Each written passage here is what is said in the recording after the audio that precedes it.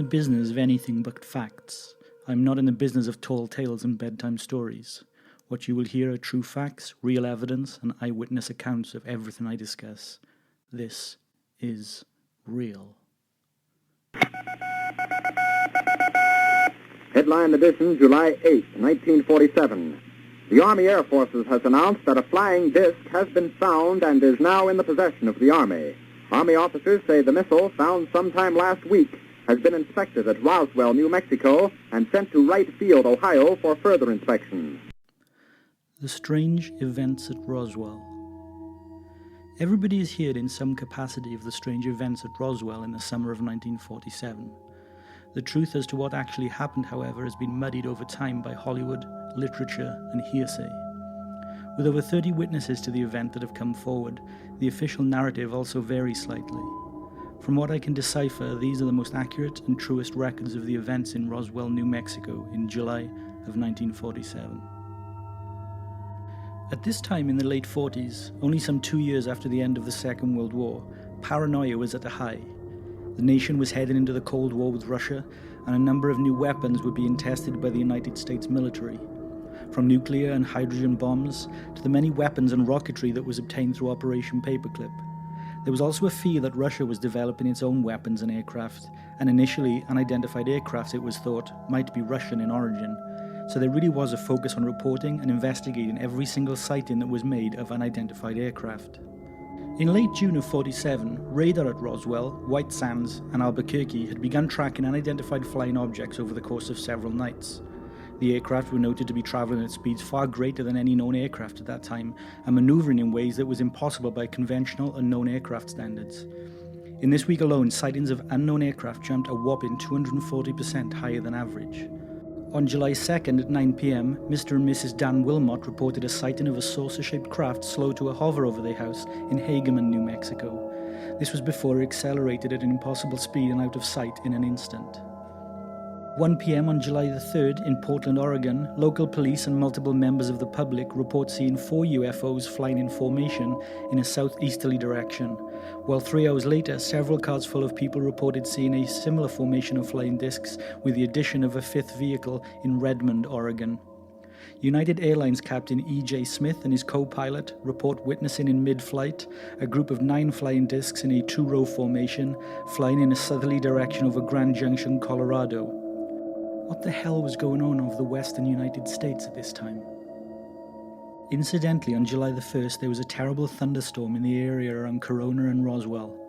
During the storm, 5 separate individuals all reported seeing a huge white orb with a bright red chemtrail emerge from the storm clouds heading towards the ground. This was followed by a huge explosion that could be heard over the thunder. This was reported by off-duty Corporal E.L. Piles, Bill Woody and his teenage son, Mother Superior Mary Bernadette and Sister Capistrano, all from different vantage points.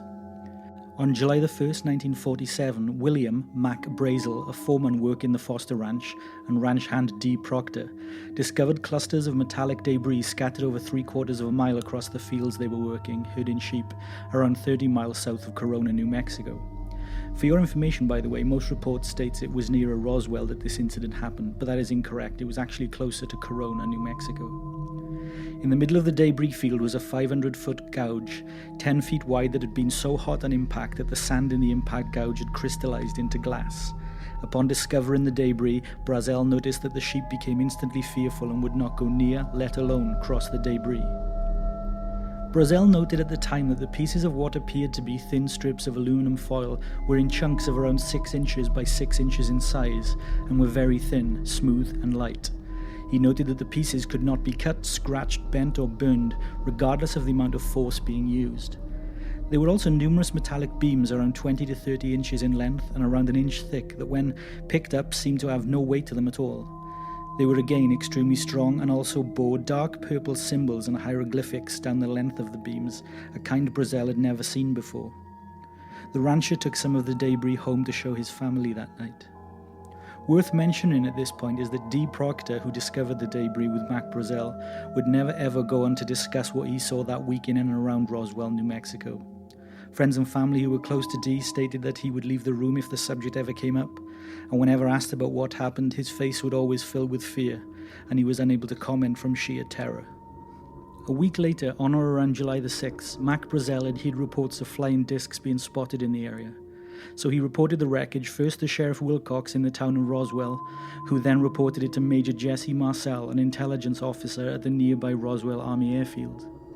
Major Marcel and Army Intelligence Officer Sheridan Kavit accompanied Mac Brazel to the location of the debris and gathered up as much as they could, taking it back to Roswell Army Airfield.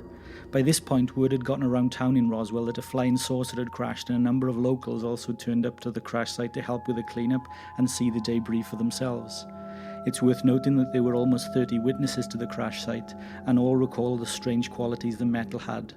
What became known to the witnesses as memory metal would be a consistent descriptive from every witness in the debris. Also worth noting is that every single one of those 30 witnesses, including children, all had their lives threatened by military employees over the coming weeks. Later that first night, Sheridan Kavit took a number of pieces of the debris home and woke his wife and son to show them what he had. One piece of aluminum foil in particular, Kavit noted, he was able to scrunch up into a ball, only to have it open back up flat and seamless in front of their eyes. This was the memory metal in action. The next day, Colonel Blanchard, the commanding officer at Roswell Airfield, upon examining the debris, ordered the base's press officer, Walter Hout, to issue a press release stating that they had captured a flying saucer. Colonel Blanchard then contacted General Roger M. Ramey at the Fort Worth Airfield, who requested that some of the debris be sent to him for further inspection. Upon receiving the debris, General Ramey ordered another press release to be issued, this time stating that the debris was in fact a crashed weather balloon. At the press conference, items of wood, foil and rubber were shown to the media, and as such the story disappeared from the headlines after just 2 days. Major Marcel noted at this meeting he brought in some of the metal debris to show the general, who then invited him into another room to look at a map of New Mexico so that Major Marcel could identify where the debris was found. Major Marcel stated that when he walked back into the room, the debris had been switched with bits of wood and foil, obvious weather balloon elements. The local Roswell radio station, KGFL, also contacted Mac Brazel the next day to conduct an interview about what he had found. During the interview, Brazel stated the following: "And the stench from the bodies is disgusting." An interview they were later prevented from airing due to national security reasons after being contacted by the FCC once news broke that bodies had been discovered. That's right, bodies had been discovered, 5 of them, and only 4 were dead. These bodies were not, I repeat, not human, or indeed terrestrial in origin. On July the 8th, Glenn Dennis, a mortician at Ballard Funeral Home in Roswell, received a number of telephone calls from Roswell Airfield, asking about the availability of 5 small, child-sized caskets, specific chemicals that should be used in preserving bodies that have been exposed to the elements, and what effect said chemicals would have on the blood and organs of deceased bodies. The following eyewitness account has been quoted by no less than 20 people who witnessed the bodies. The bodies discovered were classic grey humanoid in appearance, about 3 feet tall, weighing about 40 pounds, with large heads with dark oval eyes set wide apart, a small barely visible nose and a small mouth with no visible lips. The skin was light grey and covered with a light peach fuzz. The fingers on each hand were long, twice the length of a human male finger, and they appeared not to have any sexual organs. 5 bodies were found, 4 deceased and 1 alive, albeit barely. Dr. LeJune Foster, who is a spinal cord specialist and former World War II undercover FBI agent, was brought in by the military to study the nervous systems of the creatures. The experience, she stated, left her very shaken, and she was threatened with loss of her medical license and disappearance if she spoke of what went on.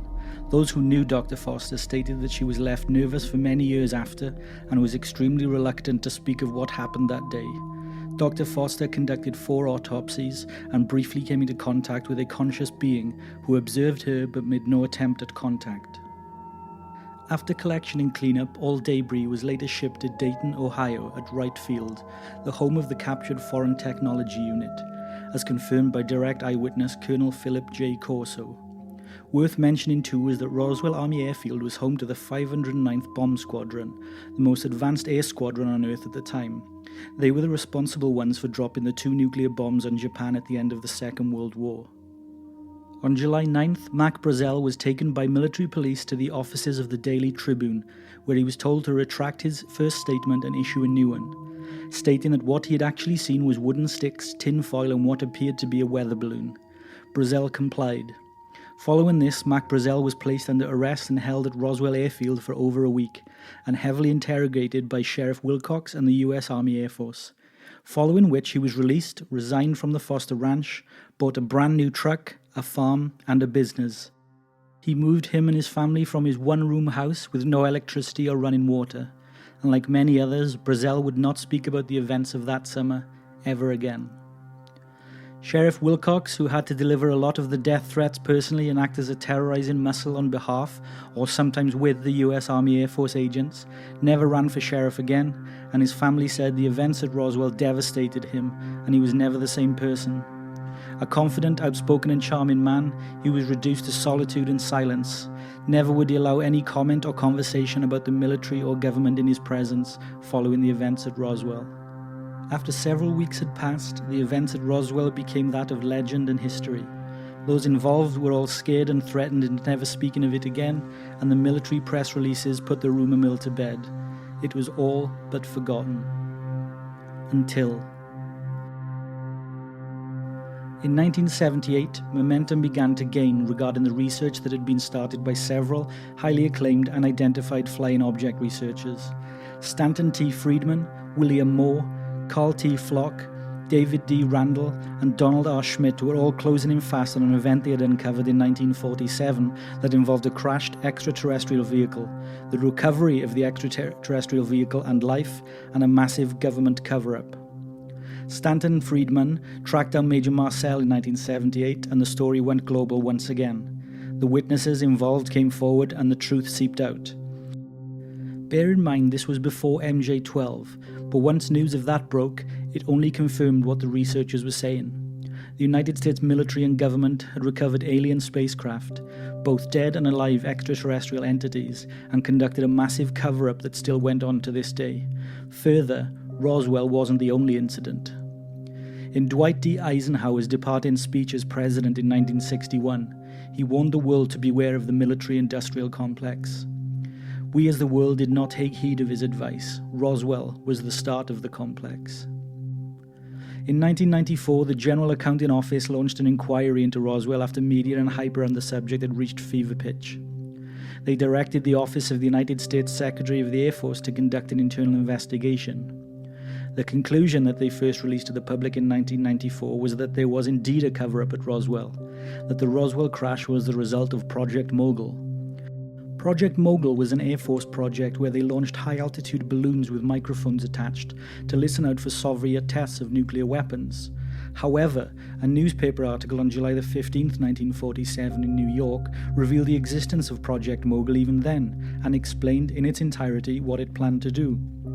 Further, there was zero top-secret paperwork records in regards to its existence in the National Archives. So, if it was general knowledge and in the public domain, and zero classified documents exist in relation to it, why was there a cover-up? The US government in 1997 then released a second statement to further evidence what had happened in Roswell in 1947. They said the alien bodies that were found at the crash site in Roswell were actually test dummies used in Operation High Dive, an Air Force project set up to test high-altitude parachutes. The test dummies used, however, were 6 foot tall and weighed around 170 pounds, a little different to the 3-foot creatures who weighed 40 pounds that were actually recovered. Further, Operation High Dive didn't begin until 1953. It's documented by the same government. For the records, Major Marcel died on June 24, 1986. He took the secrets of Roswell to his grave and never ever went back on his word, sticking to the same story over the years. What do you think happened at Roswell? Do you think that extraterrestrials crashed on Earth and their bodies and craft were recovered? Do you think it's all baloney? I tried only to present facts here and not speculation or story. I haven't gone into the hearsay and unsubstantiated side stories of Roswell, although they are out there if you want to read more. I'm personally a believer in UFO phenomenon, and I do believe something not of this world crashed in Roswell that day in 1947. I don't doubt for a second that the US government would recover and utilize any technology and knowledge that they could, especially in the climate of the Cold War. Eventually, I will cover further topics linked to this, such as the MJ-12 documents, the military-industrial complex, black ops, top-secret bases, and many, many more. I'd love to hear your feedback, though. Either drop me a message through the website or via our Facebook, Twitter, or Instagram accounts. All links for these are on the website. Until next week, thanks for listening. Please subscribe, and remember, stand firm as you enter the darkest night. In the councils of government, we must guard against the acquisition of unwarranted influence, whether sought or unsought, by the military-industrial complex. The potential for the disastrous rise of misplaced power exists and will persist. We must never let the weight of this combination endanger our liberties or democratic processes. We should take nothing for granted. Only an alert and knowledgeable citizenry can compel the proper meshing of the huge industrial and military machinery of defense with our peaceful methods and goals, so that security and liberty may prosper together.